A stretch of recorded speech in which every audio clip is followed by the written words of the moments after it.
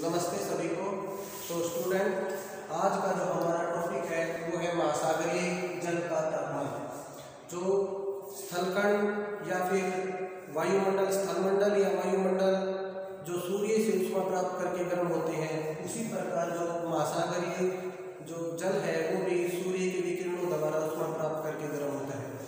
और जो है महासागरीय जल के तापमान में तो क्षैतिज रूप से समानता पाई जाती है, यानी कि वो हर जगह समान तापमान नहीं पाया जाता और न ही सदा यानी प्रत्येक समय एक सा तापमान नहीं रहता, बल्कि समय के अनुसार जो है तापमान में परिवर्तन, और जैसे जैसे हम भूमध्य रेखा से ध्रुवों की ओर जाते हैं तो भी जो है तापमान में कमी आती जाती है। यानी कि हर जगह और हर समय जो है महासागरों का तापमान सदा एक सा नहीं रहता, बल्कि बदलता रहता है।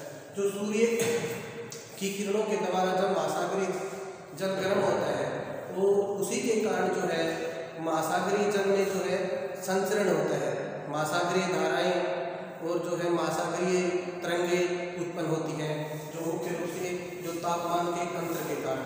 तो महासागरीय जल का जो तापमान है उसको हमने इस पूरे टॉपिक को कई भागों में बांटा है, जैसे महासागरीय जल के गर्म व ठंडे होने की प्रक्रियाएं, महासागरीय जल के तापमान का क्षैतिज वितरण, महासागरीय जल के तापमान को नियंत्रित करने वाले कारक, महासागरीय जल में तापांतर, और अगला है महासागरीय जल के तापमान का लंबवत वितरण क्या है।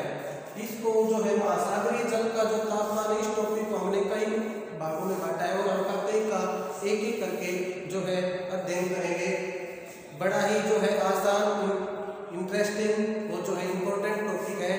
तो सबसे पहले जो हम लेते हैं वो है महासागरीय जल के गर्म व ठंडा होने की प्रक्रियाएं, कि महासागरीय जल जो है कैसे कैसे गर्म होता है और कैसे ठंडा होता है। तो महासागरीय पहले लेंगे गर्म होने की विधियां।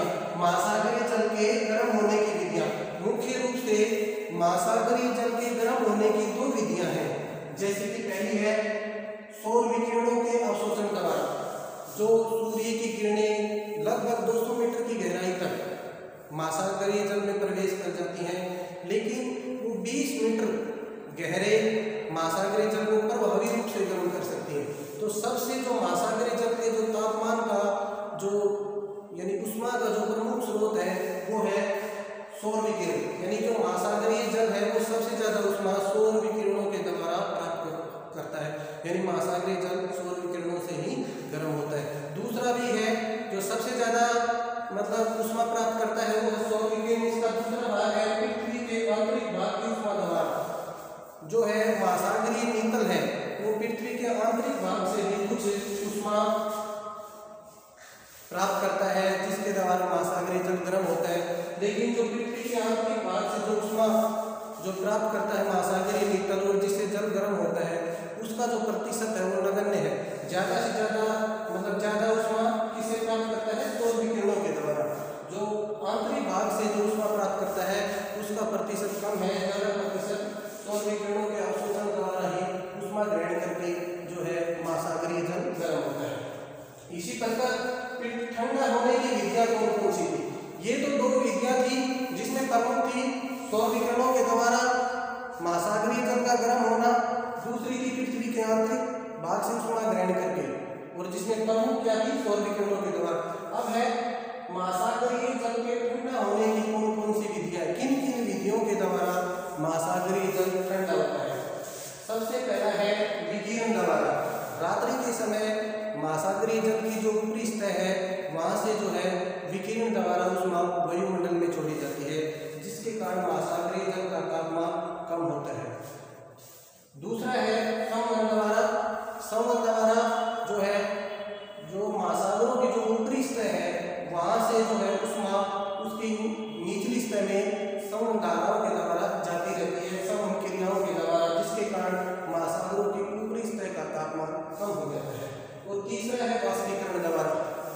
महासागरों में लगभग हर समय हर तापमान पर लगभग जो है वाष्पीकरण होता रहता है, जिससे ऊष्मा का क्या होता है? ह्रास होता है, ऊष्मा खर्च होती है।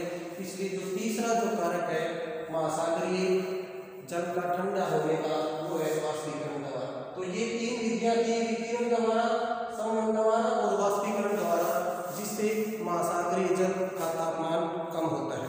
अब है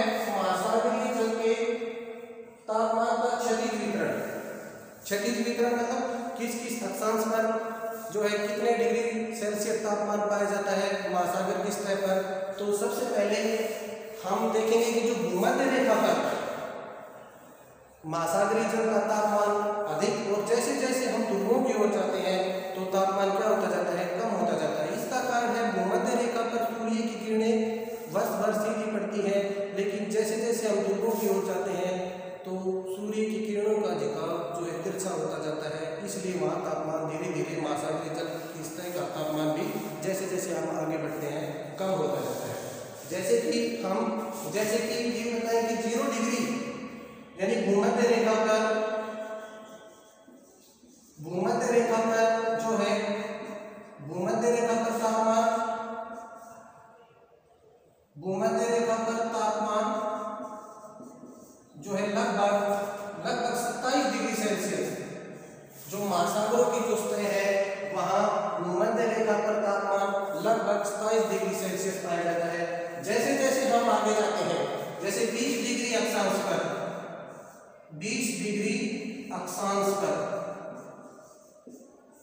चाहे वो उत्तरी अक्षांश हो या दक्षिणी अक्षांश हो, वहां लगभग महासागरों का तापमान 22 डिग्री सेल्सियस पाया जाता है। इसी प्रकार अगर हम आगे जाएं तो 40 डिग्री अक्षांश पर जो है तापमान कितना हो जाता है, 40 डिग्री अक्षांश पर तापमान लगभग 14 डिग्री सेल्सियस। और इसी तरह आगे 60 डिग्री अक्षांश पर जो है तापमान 1 डिग्री सेल्सियस पाया जाता है। और ध्रुवों के नजदीक जो है तापमान हिमांक से नीचे पाया जाता है, ध्रुवों पर सदा बर्फ जमी हुई पाई जाती है। तो ये था महासागरीय जल के तापमान का क्षैतिज वितरण, हॉरिजॉन्टल डिस्ट्रीब्यूशन, यानी महासागरीय जल का क्षैतिज वितरण कि भाई भूमध्य रेखा पर सबसे ज्यादा, उससे आगे जैसे जैसे हम 20 डिग्री अक्षांश के आसपास 22 डिग्री सेल्सियस, लगभग 40 डिग्री अक्षांश पर 14 डिग्री सेल्सियस और 60 डिग्री अक्षांश पर जो है 1 डिग्री सेल्सियस तापमान पाया जाता है। और ध्रुवों के नजदीक जो है लगभग तापमान हिमांक से नीचे पाया जाता है, वहाँ लगभग हमेशा बर्फ जमी हुई पाई जाती है महासागरों के अंदर। ठीक है, ये तो था महासागरीय जल के तापमान का क्षैतिज वितरण। अब हम महासागरीय जल के तापमान को नियंत्रित करने वाले कारक कौन कौन से हैं, यानी महासागरीय जल के तापमान को प्रभावित करने वाले, नियंत्रित करने वाले कारक कौन कौन से। जिस प्रकार स्थलभाग यानी स्थलमंडल के तापमान को नियंत्रित करने वाले, वायुमंडल के तापमान को नियंत्रित करने वाले कारक हैं, उसी प्रकार महासागरीय जल के तापमान को नियंत्रित करने वाले कई कारक हैं जो काफी जटिल है। इनकी संरचना जो प्रमुख कारक है वो है, पहला है अक्षांश। जैसा कि हमने अभी महासागरीय जल का क्षैतिज वितरण पढ़ा था, उसी प्रकार जो अक्षांश है जहां यानी भूमध्य रेखा के आसपास सूर्य की किरणें सीधी पड़ती हैं, इसलिए वहां तापमान ज्यादा पाया जाता है जो लगभग 26 से 27 डिग्री सेल्सियस होता है। इसी प्रकार जैसे जैसे हम आगे बढ़ते हैं 20 डिग्री अक्षांश के नजदीक जो महासागरों की सतह का तापमान 22 डिग्री सेल्सियस, इसी प्रकार जो है 40 डिग्री अक्षांश के पास 14 डिग्री सेल्सियस और 60 डिग्री अक्षांश के पास 1 डिग्री सेल्सियस। और ध्रुवों के नजदीक जो है हिमांक से नीचे जो महासागरीय सतह का तापमान पाया जाता है। तो ये था मुख्य रूप से अक्षांश, क्योंकि सूर्य की जो किरणें हैं वो 0 डिग्री अक्षांश पर सीधी, और जैसे जैसे हम जाते हैं उत्तरी गोलार्ध में और दक्षिणी गोलार्ध में तो तापमान कम होता जाता है, यानी सूर्य की किरणें तिरछी पड़ती जाती हैं और महासागरीय सतह का तापमान कम होता जाता है। दूसरा है इसमें प्रचलित पवनें कि पवनें किस प्रकार प्रभावित करती हैं महासागरीय जो जल के तापमान को।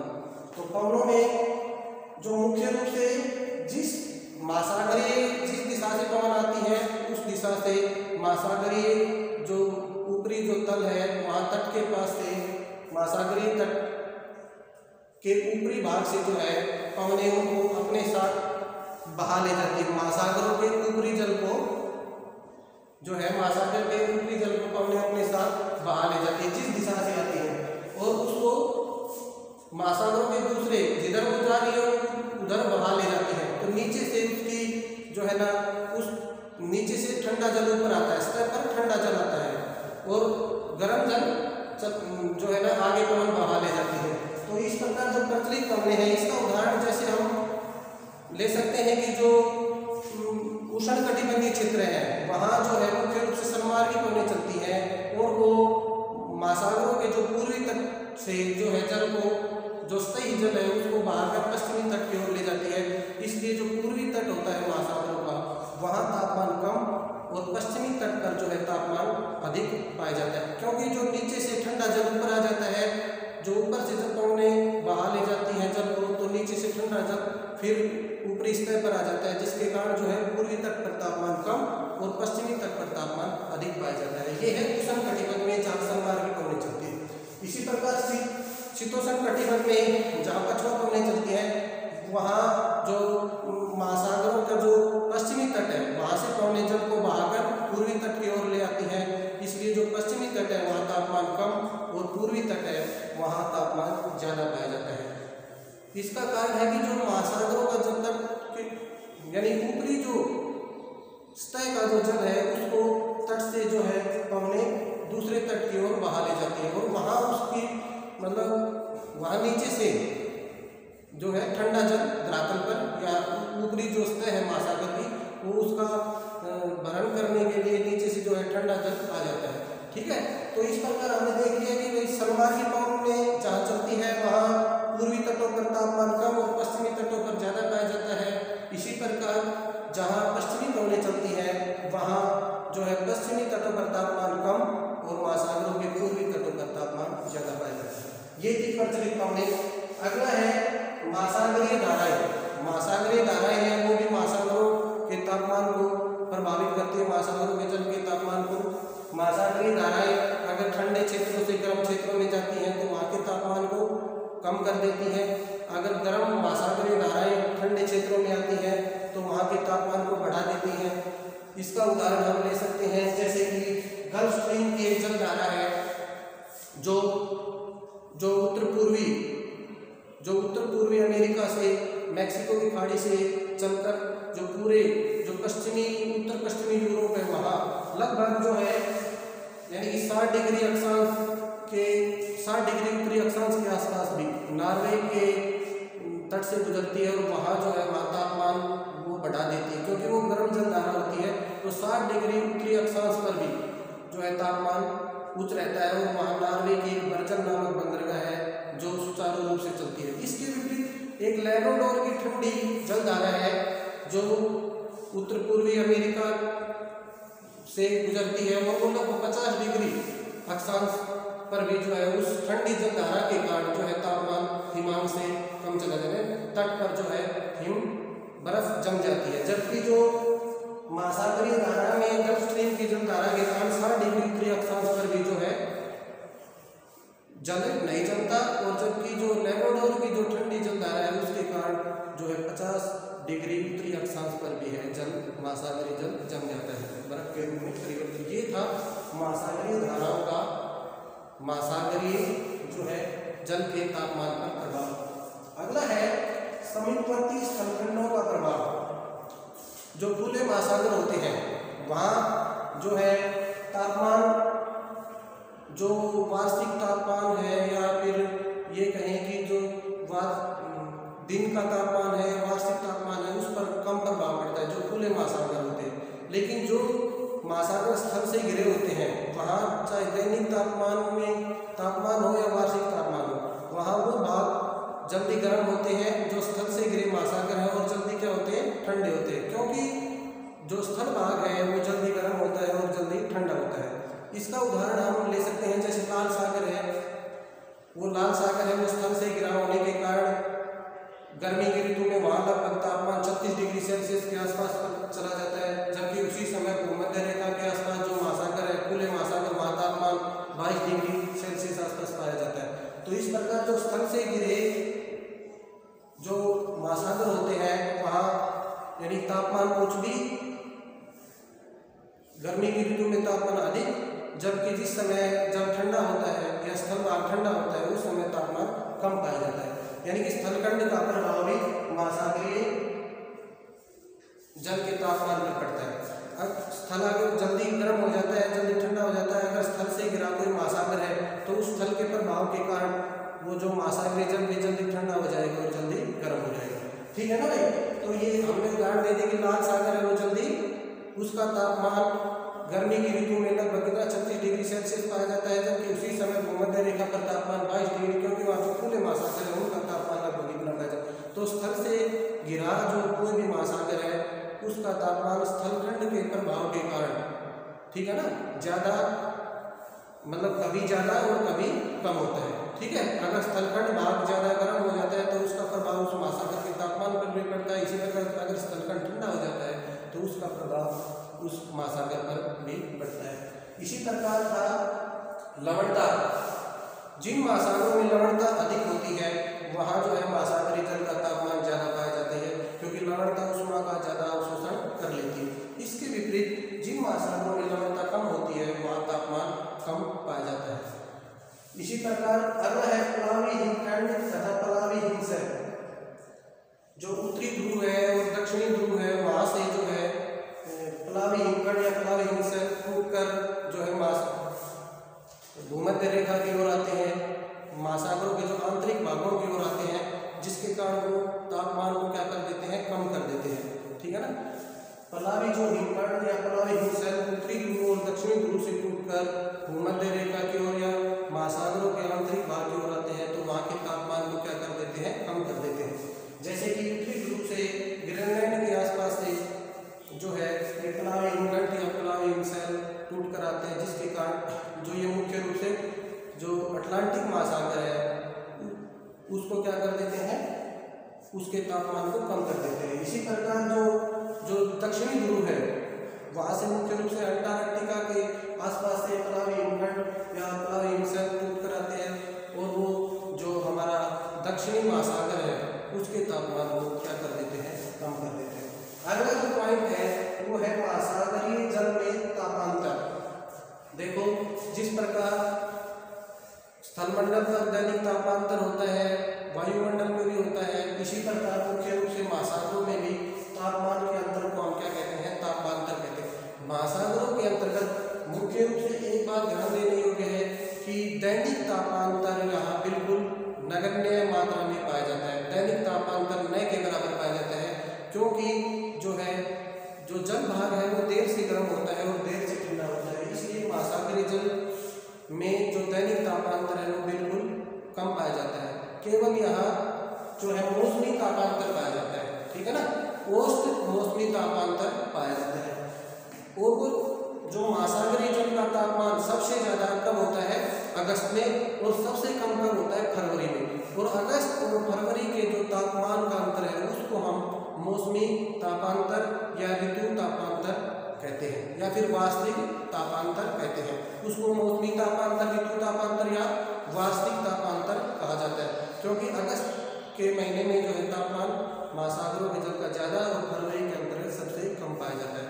इसी प्रकार ये जो तापांतर है ये मुख्य रूप से भूमध्य रेखा और ध्रुवों के नज़दीक केवल कम जो इसका जो मतलब तापांतर है बहुत कम पाया जाता है। वो कितना होता है, लगभग 5.5 डिग्री सेल्सियस के आसपास पाया जाता है। इसके विपरीत जो शीतोष्ण कटिबंधीय जो क्षेत्र होते हैं वहाँ तापांतर ज़्यादा पाया जाता है। वो कितना, लगभग 20 डिग्री सेल्सियस के आसपास पाया जाता है। इसका कारण ये है कि वहाँ जो है एक तो सूर्य के आभासी संचरण के कारण, दूसरा जो पवन पेटियाँ हैं उनके खिसकाव के कारण जो है तापमान में अंतर, महासागरीय जल के जो है वार्षिक तापमान में अंतर मुख्य रूप से कहाँ, शीतोष्ण कटिबंधीय क्षेत्रों में ज़्यादा पाया जाता है, जबकि जो उष्ण भूमध्य रेखा के नज़दीक और ध्रुवों के नज़दीक तापांतर बहुत कम पाया जाता है, वो कितना 5.5 डिग्री सेल्सियस, जबकि जो शीतोष्ण कटिबंधीय जो क्षेत्र होते हैं वहाँ लगभग 20 डिग्री सेल्सियस के आसपास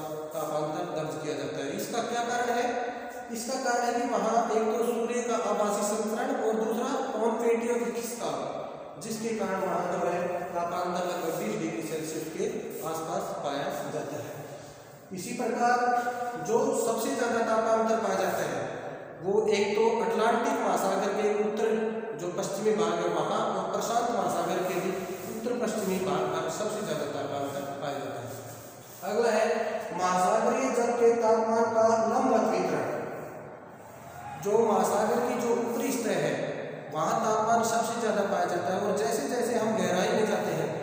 तापमान क्या होता जाता है, कम होता जाता है।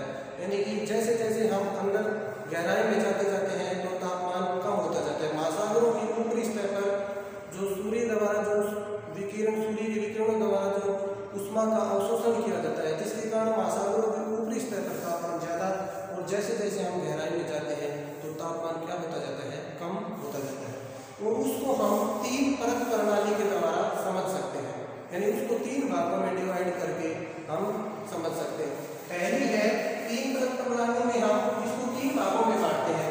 पहली जो है प्रथम जो परत है, इसमें हम प्रथम जो परत है इसकी जो गहराई लेंगे हम कितनी, कि भाई ये लगभग 500 मीटर, कितनी 500 मीटर गहराई तक इसकी गहराई कितनी होती है, 500 मीटर। यानी कि जो प्रथम परत है जिसकी गहराई कितनी होती है, 500 मीटर। यहाँ जो तापमान लगभग 20 डिग्री सेल्सियस से और 22 डिग्री सेल्सियस के आसपास पाया जाता है। 22 डिग्री सेल्सियस के आसपास, 20 डिग्री सेल्सियस से 22 डिग्री सेल्सियस के आसपास पाया जाता है। अब है दूसरी परत या तृतीय परत। यहाँ जो है मुख्य रूप से जो है ये इस परत की गहराई 500 मीटर से 1000 मीटर तक है, 1000 मीटर। और यहाँ जो है तापमान तेजी से कम होता है। इसको थर्मोक्लाइन परत भी कहा जाता है, इसको थर्मोक्लाइन परत भी कहा जाता है। यहाँ जो है तापमान यानी 20 डिग्री से घटकर 4.5 डिग्री सेल्सियस के आसपास आ जाता है। कितना, 4.5 डिग्री सेल्सियस के आसपास। जो तीसरी परत है, जो अगली है तीसरी परत है, जो तीसरी परत है वो मुख्य रूप से जो 1000 मीटर से गहराई 1000 मीटर से मीटर तक होती है। और यहाँ जो तापमान 4.5 डिग्री से घटकर जो है 0 डिग्री सेल्सियस पर पहुंच जाता है। तो इस प्रकार जो है महासागरीय जल के तापमान का लगभग वितरण है कि भी जो ऊपरी जो सतह होती है वह तापमान अधिक, और जैसे जैसे हम गहराई कर जाते हैं तो तापमान कम होता जाता है। जो 500 मीटर से जो 1000 मीटर के बीच जो तापमान में अचानक गिरावट आती है उसको हम थर्मोक्लाइन परत कहते हैं। जो तीसरी जो परत की गहराई है वो 1000 मीटर से महासागरों के नीचे तक है। तो ये था महासागरीय जल के तापमान का लंबवत वितरण। तो ये था हमारा पूरा टॉपिक महासागरीय जल का तापमान। ठीक है छात्र।